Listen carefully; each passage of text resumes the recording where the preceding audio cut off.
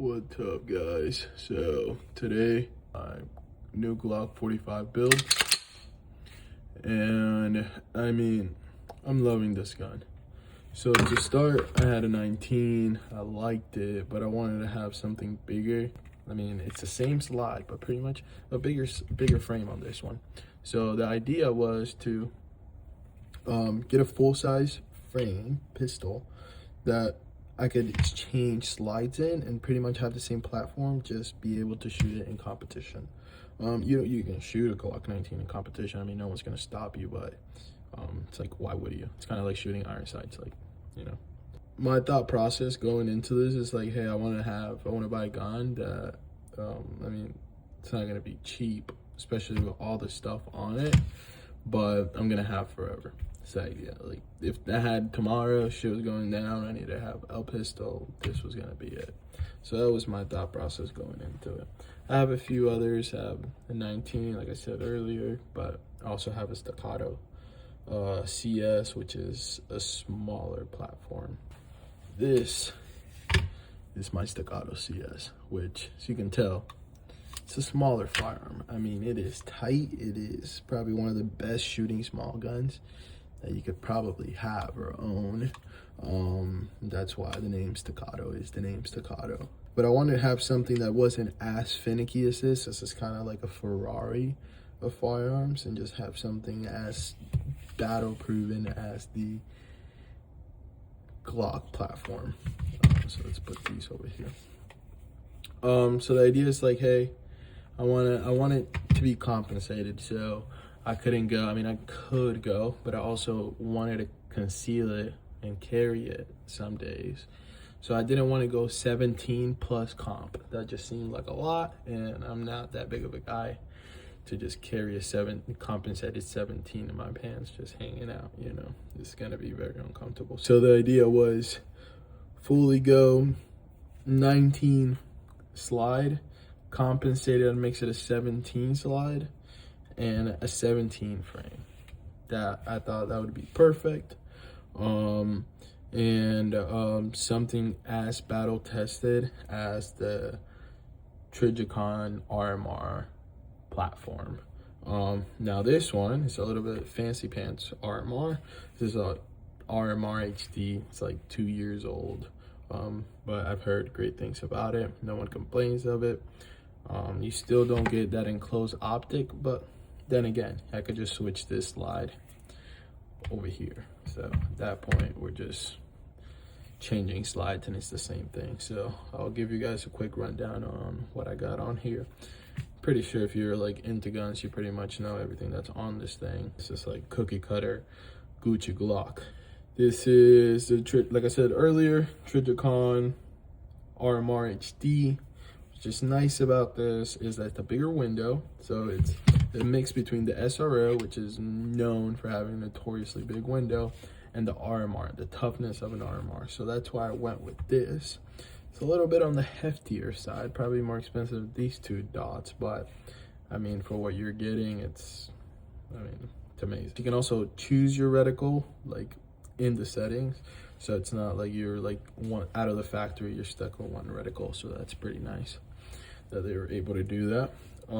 It's a little bit tough because there's only 2 buttons, so setting it can take you a little while, but I don't know, I think it took me like 30 minutes max to getting it to where I wanted it to be. So moving down from there, I have a Miraglow suppressor height sights, and I like these. Maybe in the future I get some that coat witness a little bit more. At that point that was gonna have to be the tall boys, but yeah, still, this is up here. That's pretty high. That's pretty high up there. But I think it would be nice if we have some that were a little bit taller, right? That way I could co-witness better. So on this now, moving forward, Radian compensator. It's called Radian Ramjet and Afterburner. So it's a compensator barrel, if you can't tell, barrel combo. And what that does is just like with one little screw, you're able to take that on, take that off. And like I said before, I didn't want to have threaded because I'm planning on switching from slide to side depending on what I want. This is a little bit too hefty. It's a little bit too on the high end. Plus, this has a combat cut. So whenever I carry it, it prints a lot. I mean, you have a fridge on the back of a gun, it's gonna print. But on a duty setup, I mean, it doesn't really matter because it's outside the waistband holster either way. So you're not worried about that concealability. Okay. So there's that. So that's the nice thing about the Radiant compensator, that you can just unscrew that and easy come, easy go. Put it on another slide and you're ready to go. Moving down from that, I have the Vickers controls. Not this one because I don't really use these too much. I mean, only when taking them down. So, but this you're gonna be using every day. These two you're gonna be using every day whenever you're doing weapons handling. This is, you know, maintenance and whatnot. And at that point, you can struggle a little bit. But maybe in the future, I get some more pronounced slide takedown pins or whatever the fuck these are called. And then, yeah, maybe in the future I get some of these, I don't know. But for now, I have these two Vickers slides, which I like. This is a little bit extended, and this one is definitely extended. So a good thing about the Gen 5, you also get ambi controls, which is super nice for those lefties. What else do I have on here? Oh, I am loving this Surefire compact light that they have. I mean, the thing is a workhorse and it looks so good. It's kind of like a TLR 7 idea. For those, everyone knows the Surefire X300s. This one would be the Surefire XC3, and it's supposed to be a Streamlight killer. I mean, Streamlight's good company, but I mean, the aesthetics are just not there. I mean, I should be committing a crime just putting a TLR in a staccato, but you know, I'm a big Surefire guy. The only reason why I have a TLR on here is because I ordered the wrong holster. I ordered the holster for TLR and not the XC3. So, I mean, there you go. Maybe one day I get another holster for absolutely no reason, just to have the XC3 on it. Yes. So yes, I like it. The good thing about it too is that you can lock it, and that way it doesn't trigger.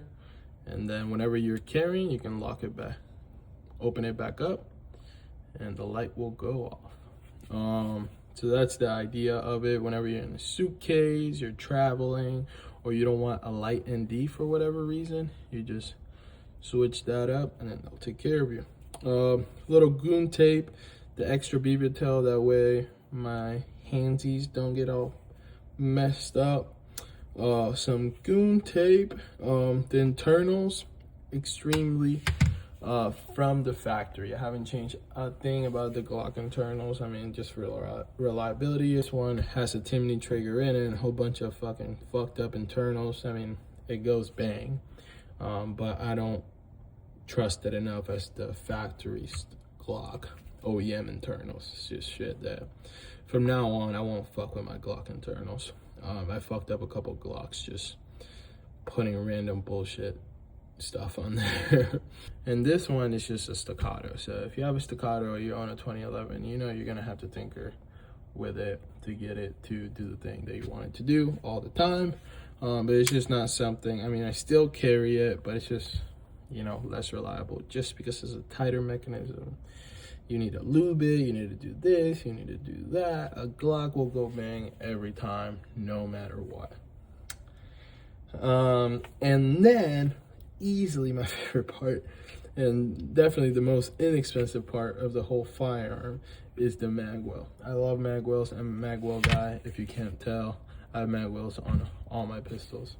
This one, it is the sexiest one by far. Look at this thing. I mean, it just looks good. It looks good.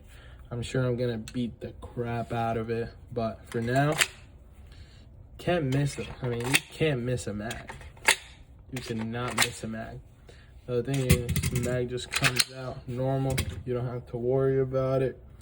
Some people have put this mag well on the 19s. This is a 45, this is the 19s, a little bit taller. And sometimes they have to shave the inside a little bit to have the mag fully come out naturally.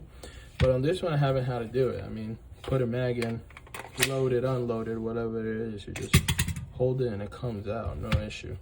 I'm sure that would be an issue on the 19.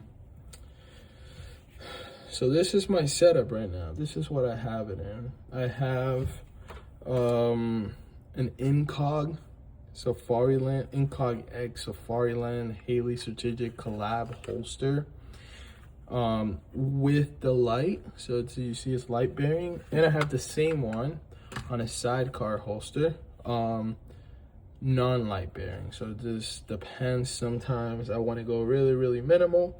So on this holster, I do Glock 19, no mag. I take the sidecar and put it on the other one. I just leave it laying around. So I just do 19 just as it stands. Imagine this is not there, and that is what I carry for the day.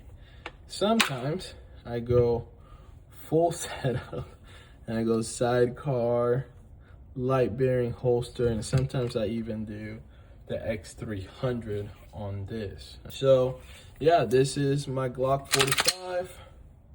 Hope you guys enjoyed. Little information on the firearm.